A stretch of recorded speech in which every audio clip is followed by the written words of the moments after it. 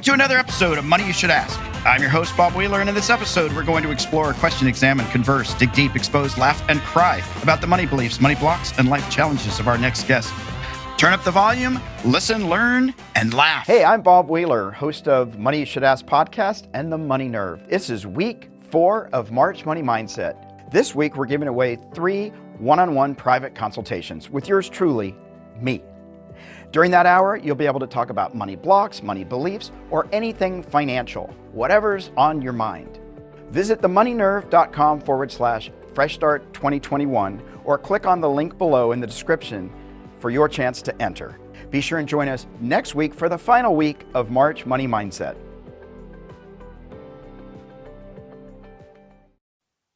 Our next guest... It's all good. Can I take my hand down now? You can. Oh, okay, good. Hi, what's up? Hey, Paul, how's it going? Hey, Bob. Thanks for having me. It's good to have you here. Well, I'm going to read this amazing bio because it's got a lot of stuff, and then we're going to get it even. It's full of meat. Nationally touring comedian, writer, podcaster. 20 years in digital sales positions for companies like Yahoo and Facebook.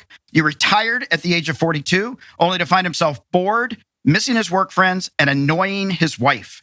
After 3 years of trying to find himself, he resumed his pursuit of comedy and took him all over North America, opening for top comics like Daniel Tosh, Dave Attell, Norm Macdonald, and many, many more. An official selection of the Laughing Skull, Asheville, Cleveland, Big Pine, DC, and North Carolina comedy festivals, Paul created and hosts the Crazy Money podcast to explore the connection between money and happiness.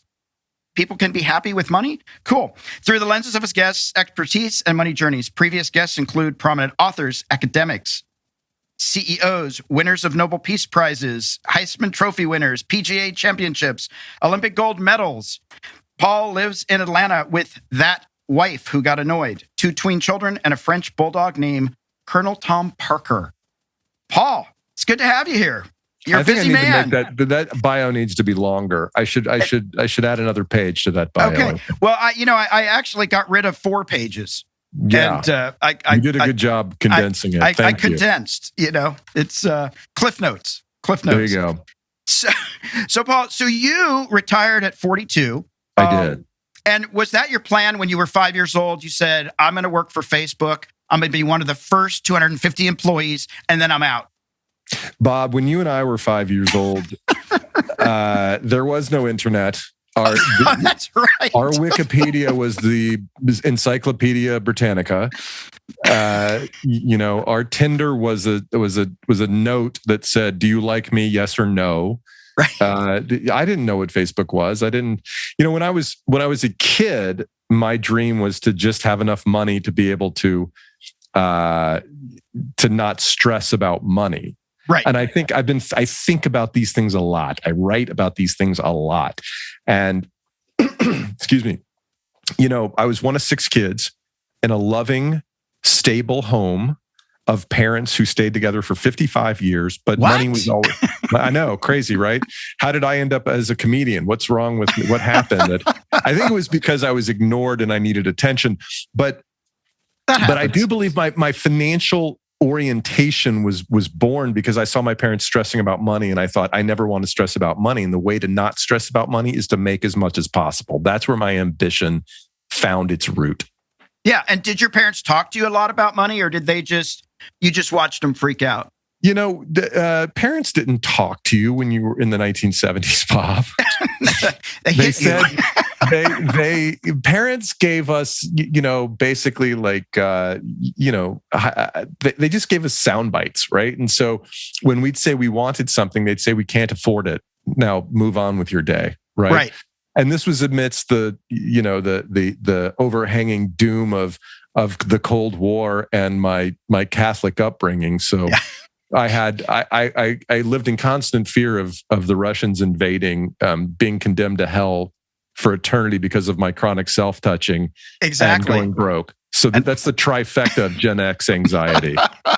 God is watching. Good Catholic guilt. God is, and your grandmother. Your grandmother's watching. She's your watching dead grandmother. Too. Yeah, they're all in a circle. That's hot. Oh man! And so, did your other siblings like?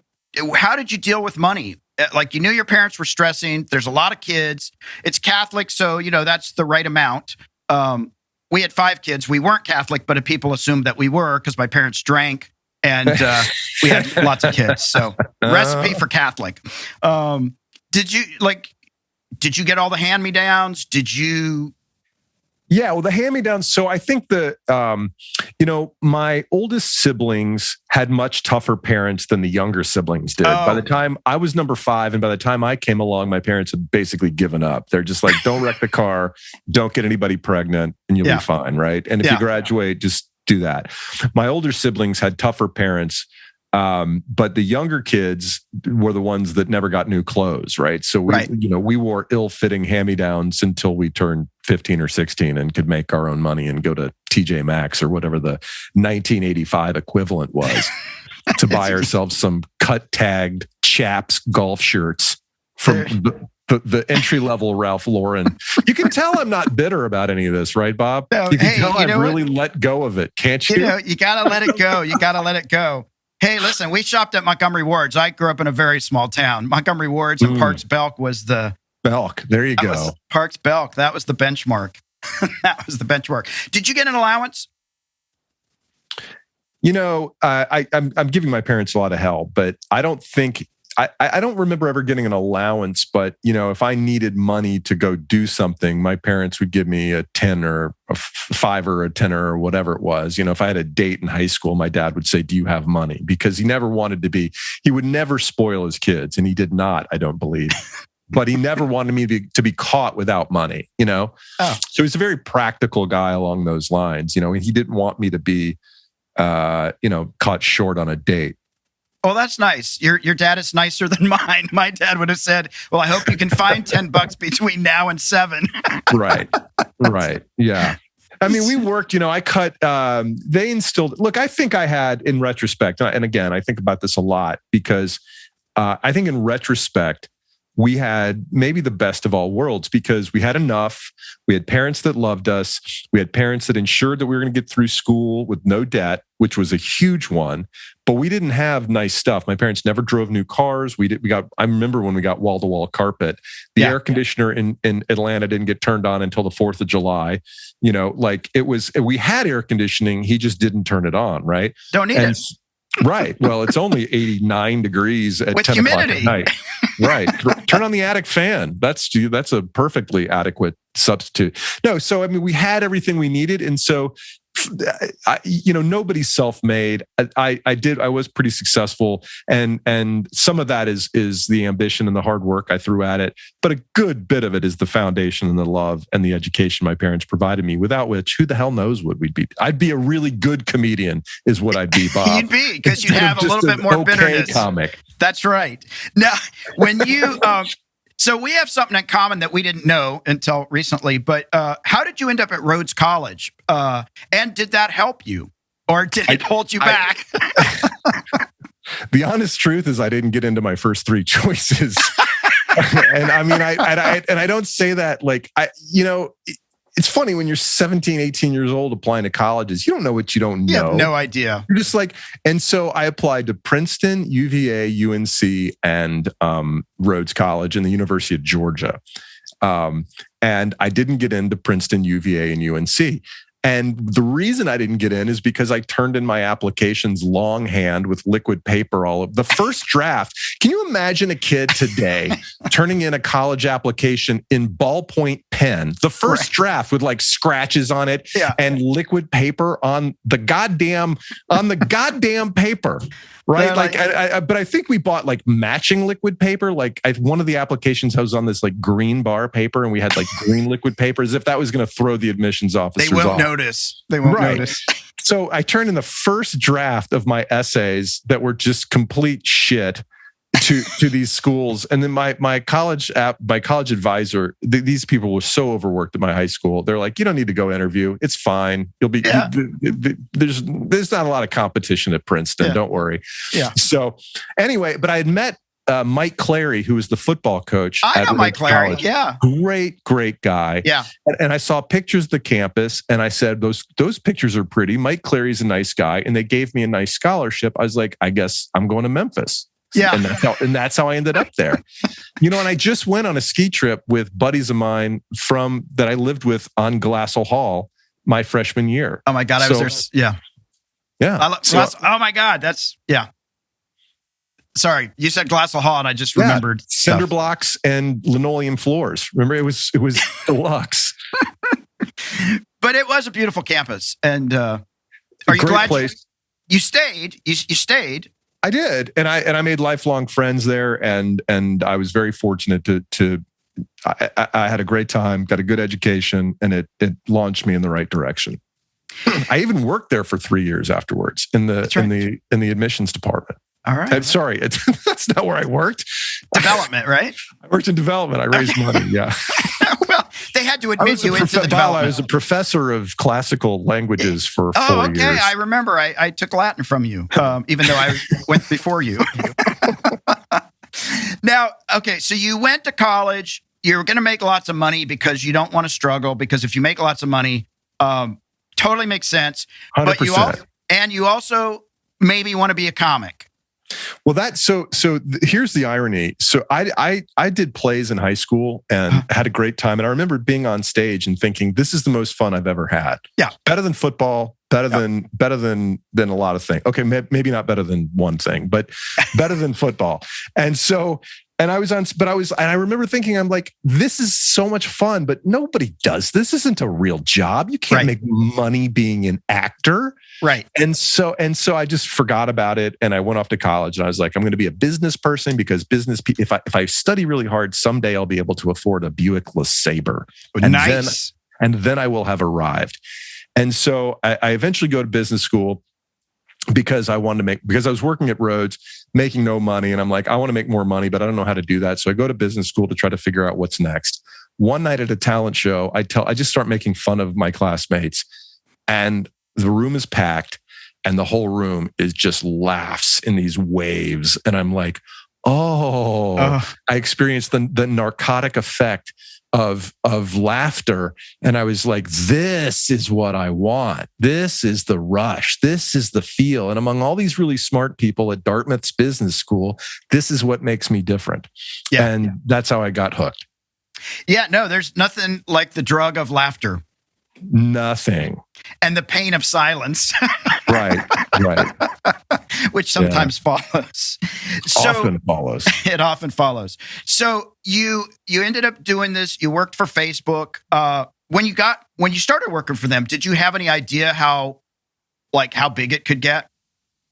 The joke I tell about this is a true one. And so I was actually doing comedy in LA for 2 years full time. I was hosting out at the Improvs in Orange County every weekend.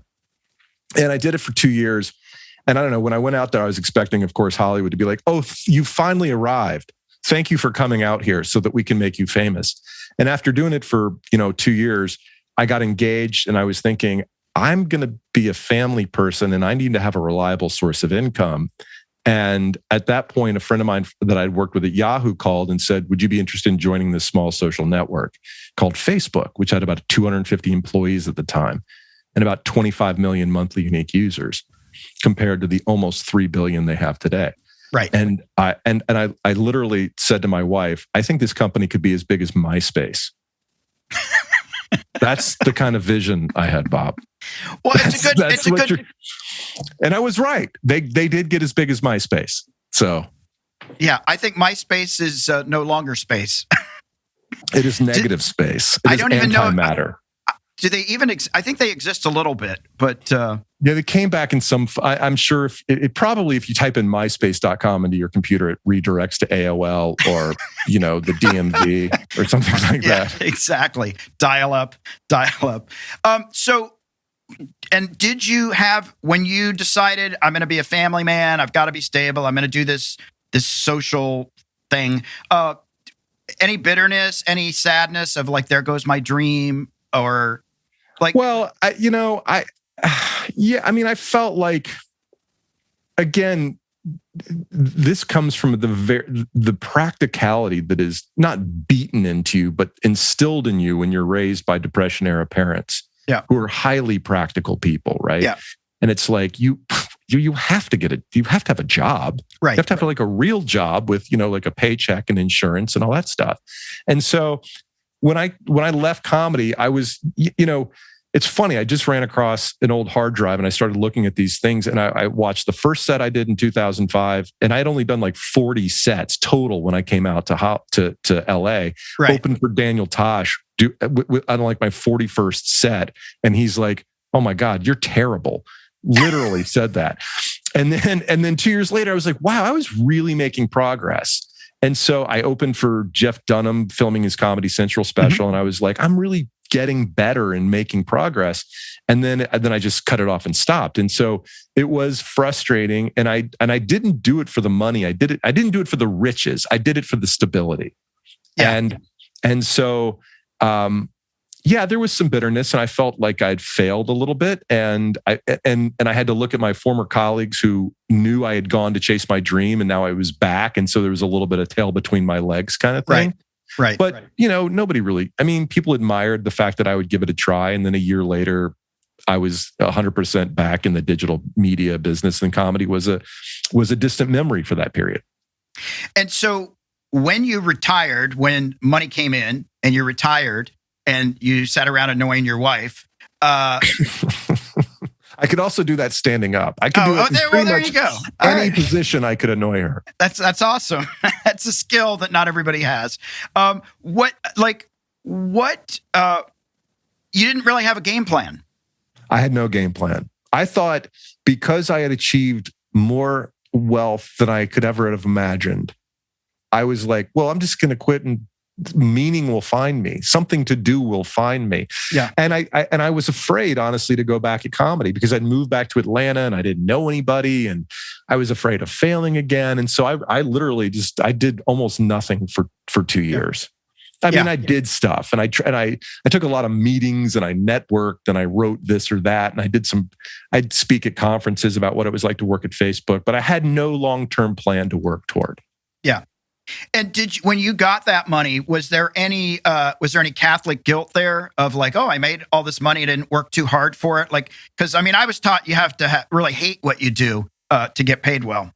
Well, I didn't have any Catholic guilt making it, but when it comes time to spend it, boy, am I riddled with guilt. I deserve to have it. I just don't deserve to use it to make myself happy, Bob. Okay. Because Catholicism taught me, two really important things. Jesus is Lord, and I don't deserve to be happy. That's right. Those are my two big takeaways from Catholicism. Thanks for letting me do my bits, by the way. This is... And you have to tithe. Give 10%. Give 10%. Yeah. No. So I think it's a very fair question, and I think it's interesting. There have been a few books written in the past few years about how rich people feel really bad about having money. I don't feel bad about it. This has been part of the design since I was in middle school. I was like, make good grades, get into a good college, get a good job, work your ass off, make money. That's how it works. I stayed up till 2:00 in the morning doing calculus at my kitchen table because I wanted to go to a good school and I wanted to make some money someday, and it paid off. Now, did I deserve as much as I got? No, but I did work very hard for it.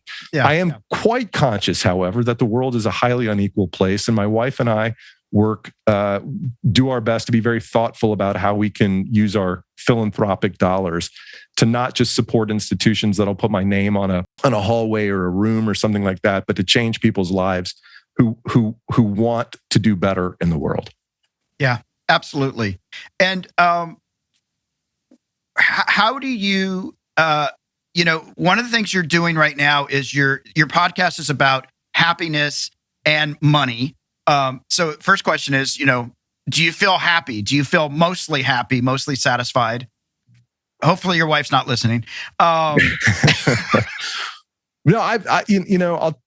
it's a journey. And what was interesting to me, the reason I wanted to explore the connection between money and happiness is because when I made a lot of money, I expected that I would be absolutely fulfilled and feel like $1 million and or many millions of bucks.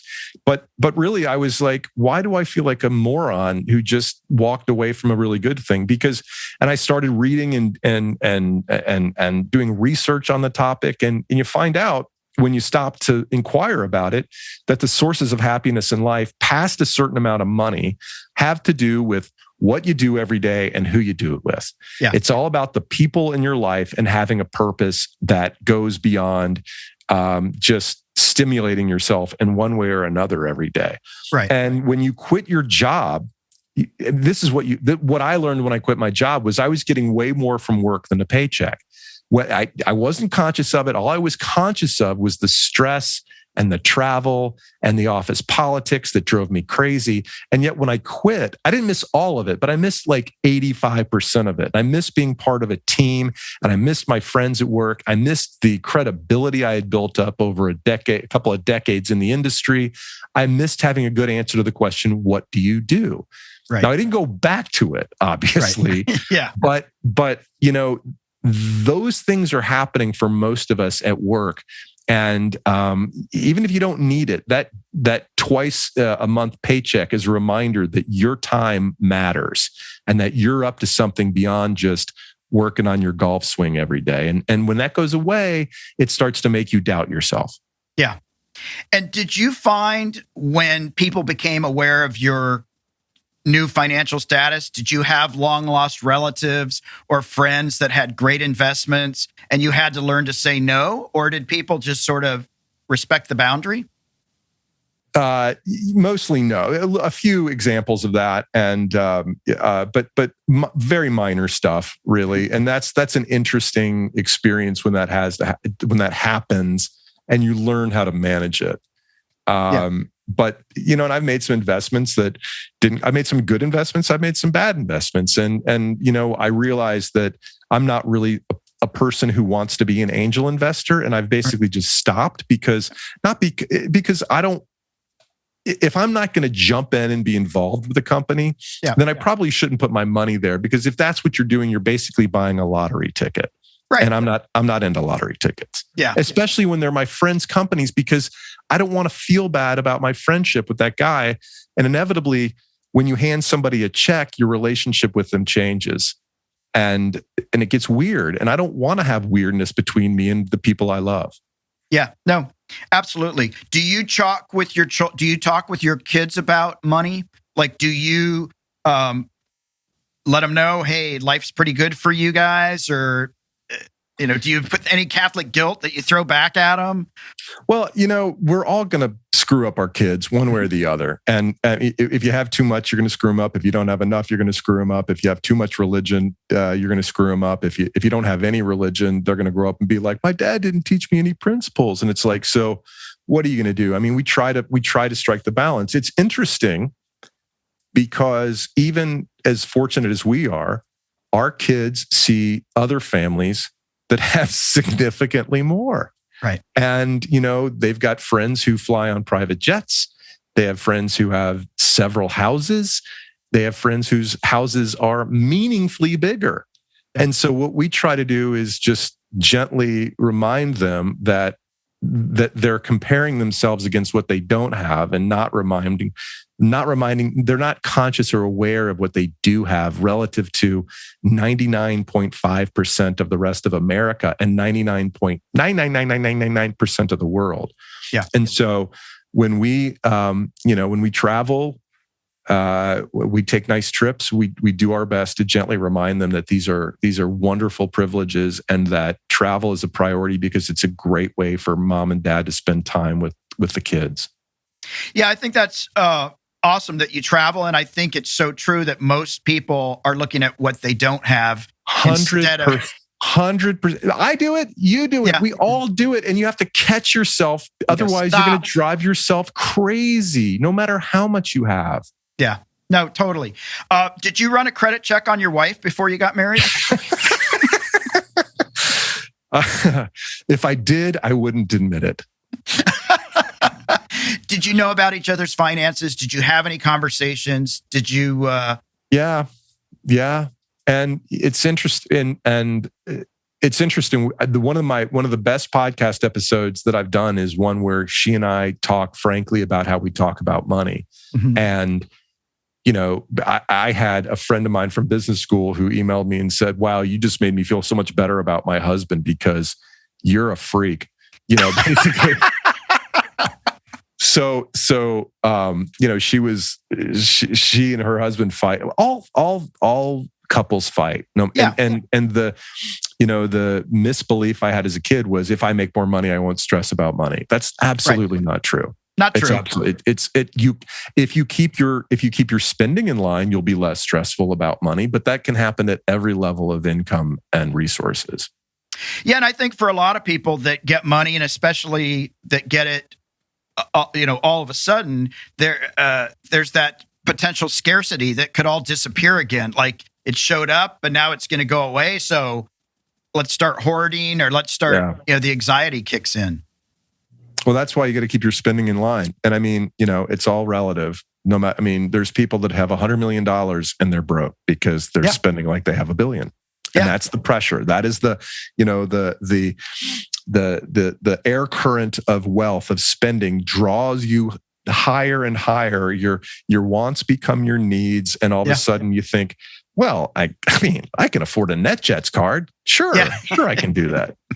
Well, I got an extra $25K I can come up with. Yeah, it's peanuts. Well, Michael Jackson. I was going to say Michael Jackson's family. I guess apparently when he was alive, he was spending so much money, they said he was going to go broke. And then when he passed, his estate made so much money because he wasn't spending. Right. Most of us don't spend when we're dead, I guess. So dying is a great career move if you can pull it off. If you can. Yeah. If you've got a catalog like Michael's. That's right. Exactly. And you got a lot of dirt around you. How often do you talk with your wife about money? Not as often as we should. Honestly, we both work from home. I guess all of us work from home since last March, but we both work from home. We get the kids off to school, and then we both kind of go towards our. And the good news is we both have things we're fully committed to work-wise, and so I come to the back house to do my work. She goes into her office to do her work, and then we see each other, maybe at lunch and then at dinner time. We don't carve out as much time to talk about money as we should. We just yesterday morning, I sat down and we talked for half an hour about things in our life, including family issues that are important to us with her parents and our kids. And so we try to take a few minutes to turn off our computers, look at each other without our phones in our hands, and talk about things. But money is still hard to talk about. Even when things are great, it's hard to talk about. What do you want your legacy to be? Like in terms of financial, in terms of family? Like, what's the footprint? Ooh, man. I didn't know there was going to be. Is this part of the rapid fire round? No, we're not. No, you have to pause. I need a tear. That's, what, man, I should be thinking about that. I think, I probably think too much about, like the denial of death and the Becker book and immortality projects and things like that. So empirically, I'm aware that I'm going to die and nobody's going to remember me. Like I know that, right? I know that I know that if I get an HBO hour, I know that if I sell a bestseller, that 2 years after I'm dead, nobody's going to remember. Think about the biggest comedian, the biggest author from 10 years ago. Who are they? You can't do it. And so it's like, empirically, I know these things, and yet emotionally, I still feel like I've got to get that book done. I've got to get to the next level of comedy. I think from a money perspective, we're not, as I alluded to earlier, we're not really seeking out places where we can put the Ollinger name on the side of a building. Not that we have as much. Right. Those things cost like $100 million now, right? We don't have, and we're not giving away $100 million. But I do think about it in terms of the number of lives that I can affect. Yeah. One of the people I interviewed for the podcast is a guy named Peter Singer, and he is a professor at Princeton, whom the New Yorker called the world's most influential living philosopher. And he talks about the duties of people of means. And even people of means, he would define as pretty much anybody who's a middle class or above in the United States, relative to those in the needs of the world. Yeah. And he started a charity called The Most Good You Can Do. or The Life You Can Save. Sorry, that he's the two different books with basically the same thing. And the whole point is he wants people to come to the website and say, for $75, you can provide cataract surgery in the third world to give somebody their livelihood back. For $700, you can cure a woman's fistula, which is a post-pregnancy condition that basically creates they're becoming incontinent and they become pariahs and they can't participate in society.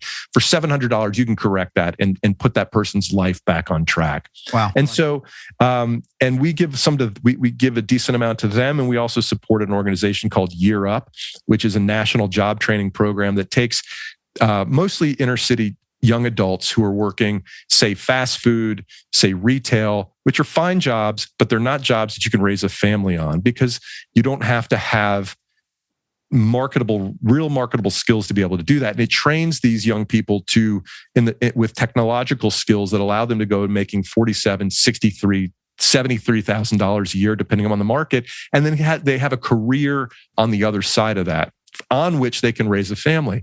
And so we think about, if you invest that money as opposed to just giving it away, you can really change somebody's life. And if we invest this well, I'd like to be able to say that we've really made a difference in a lot of people's lives, measurably. Yeah, that's awesome. No, I think it is important to give forward and do philanthropy and help people out. So yeah, but really, I want that bestseller. Yeah, I hear you. And the building with the name. And the building, right? Because then I won't die, because then I'll be alive forever. Unless they change your name because they decide later on you were a bad person. Right. You get canceled posthumously, or more likely somebody comes along and just gives more money, and they're like, fuck Ollinger, he's out of here. Yeah, nobody remembers him. All right. Well, now I'm going to make it a little bit easier. We're to the fast five, right. So not quite so much pressure. If you could share a meal with any four individuals, living or dead, who would they be, and would you pay the bill? The Beatles, absolutely. Okay. I mean, whatever the bill is, sure. Would you rather trade intelligence for looks or looks for intelligence? I'm going to go with it's a wash. I'm just going to keep what I got. I'm pretty grateful for what I got, even though I'm bald as shit and I got a wart on my lip right now. I'm good. Hey, the way I figure is I don't have to look at myself. Everybody else does, but that's their pain. All right. This next question, I have to tell you, Alyssa, this is my staff person. This is her question. So I think you have a fan. Boxers briefs or boxer briefs? Boxer briefs. In fact, I just got a great care package from Spanx Men. We are friends with some of the people over there, and their boxer briefs are the best for men. See, we just did a plug for him. Awesome. Did a product plug. You're welcome, Spanx. There you go, Spanx. Who would you want to play you in a movie of your life? Jason Bateman. Okay. And if you had to pick one emoji to describe your relationship with money, what would it be? Is there a grateful emoji? I'm going to try to be high-minded and come out with grateful. All right. Awesome. I don't know. Somebody has to explain each of the pictures to me, because I have to get a magnifying glass, and I'm like, wait, what is that? Actually, it's an eggplant. It's definitely the eggplant. It's the eggplant. That's a good one. That's a good one. Well, all right. We're at our M&M moment, our money and motivation sweet spot. What piece of advice, financial tip, or wealth wisdom can you give our listeners based on your life? I would say spend less than you make. It often works out well. It's going to keep you out of a lot of trouble. Yes, absolutely. Or make more than you spend. Make more than you spend. Well, there's two ways to come at that, right? And at a certain point, you run out of hours in the week to work. So if you can keep your wants and needs in line, you'll be much happier in the long run. Yeah, absolutely. Well, as we've been talking, what I'm really hearing is a lot about intentionality, like actually thought involved in how you're laying out your life, and not comparing to what you don't have, because I think so many of us do that. I don't have that. But I have this. And and not really, comparison. And I forget what the phrase is, but there's comparison a phrase is the thief of joy. Thief of joy. There you go. I knew you would know that. And I really love this piece about happiness because I've traveled to a lot of developing countries, which has really given me appreciation for my spoiled, entitled life. That's I have a good life. I can't complain, even though I can go, oh, I didn't go to Princeton. I didn't even send in the application. I didn't even send in the application with my my whiteout. But but really just like showing up. So I so appreciate you coming on. I should have this big, amazing closing ending, but I'm just, it's been a great conversation. I just think people out there who are just trying to make a buck and thinking that's going to bring them happiness might want to redirect their thinking and really like look for the experiences. Well, I mean, you got to have enough. I mean, this wasn't, I know I had my imminent moment, but you got to have enough. And, but making sure that you understand what enough really is a pretty important part that will keep you from comparing and causing yourself a lot of pain. And how do you, for yourself, knowing that you're financially set, how do you keep it in line? Well, it's about awareness of what we want. That, my wife and I have made the decision to pursue our own things that are not income generating, right?